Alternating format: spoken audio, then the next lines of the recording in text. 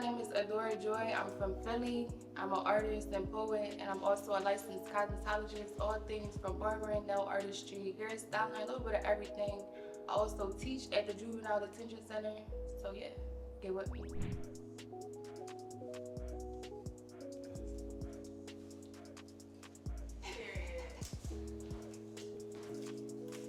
Have you ever celebrated Valentine's Day? I have, just not this year. In a couple years, actually. If the world ended tomorrow, what would you do? Oh my gosh, that's crazy.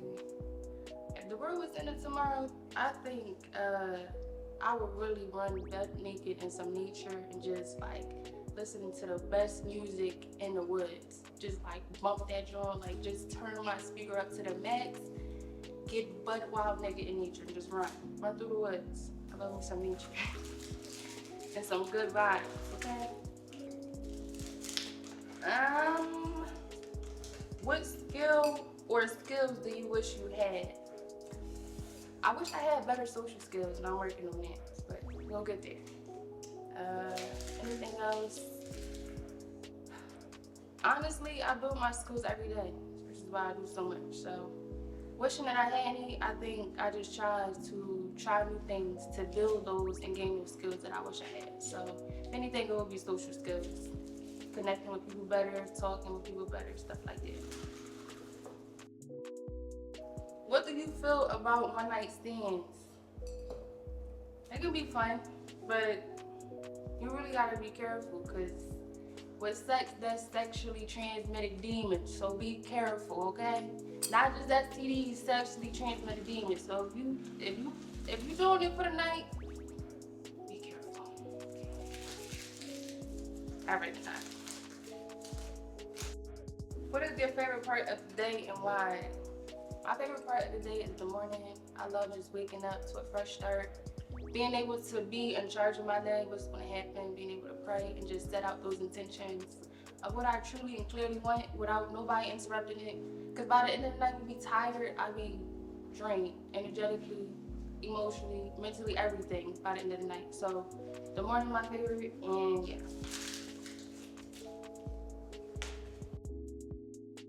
If you were on a deserted island, what 2 items would you need? Damn, that's hard. That is really hard.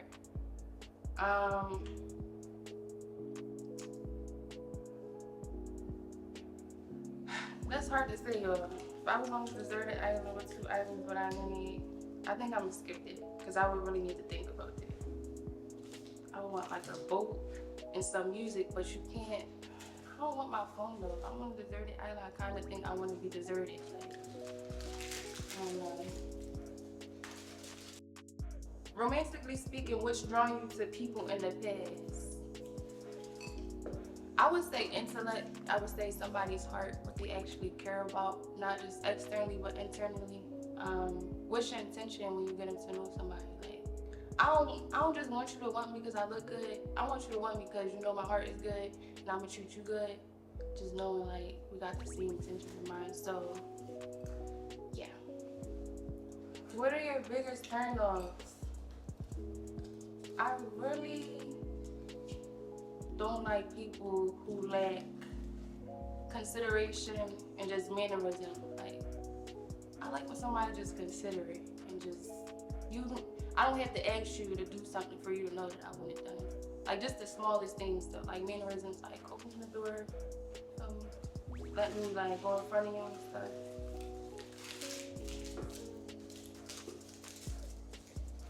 Walking on the inside of the street. What's your favorite fashion brand? Honestly, I don't have one.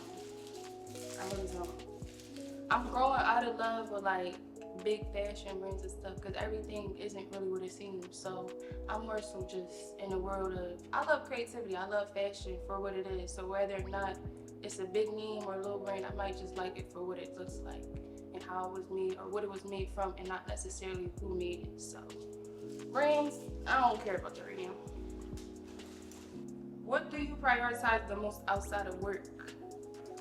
I would say definitely mental health. So for work, I'm a licensed cosmetologist. I work with juvenile kids, teaching barbering and cosmetology, and I also work with junior academy. So they're all kids, and I feel like mental awareness is very important because even before I started working with kids, it was very hard for me to stay in tune with myself because doing cosmetology is like therapy work. When people come to you for a service, they're literally pouring their heart out, whether it's you doing their hair, whether you're doing their nails, whether you give them a cut, it's a trust thing. So in the midst of all these years of work at cosmetology, one thing that I really prioritize is just taking time to myself to revitalize my energy and my mental health, like reading, working out, going on walks, sitting in nature. That's how I started making music, getting into poetry, flowetry, because it helped me escape like my mental agony, dealing with a lot of people, dealing with my own life experiences and trying to get through it. So I would even recommend for y'all, prioritize your mental health. Even when you're not okay, it's okay to tell people you're not okay and ask for help. That's one of the main things I always learned just moving through life.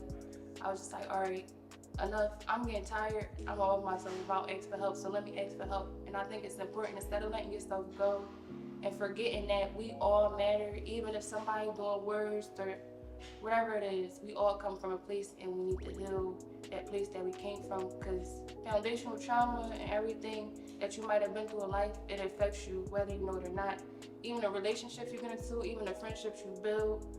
So just be careful, take care of your mental health, and I'm gonna just say that's one thing I always prioritize, always. What's one thing from your childhood that has shaped who you are today? I'll definitely say my foundation, like the presence of my father definitely shaped who I am today. And I feel like parents, they just play a big role. Their presence or absence, like it plays a big role.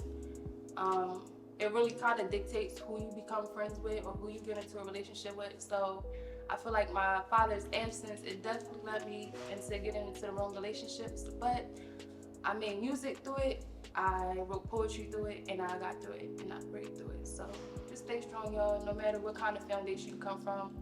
Awareness is everything. So once you become aware of where you come from, just know that it's a place to grow from and that you got it. You can do it.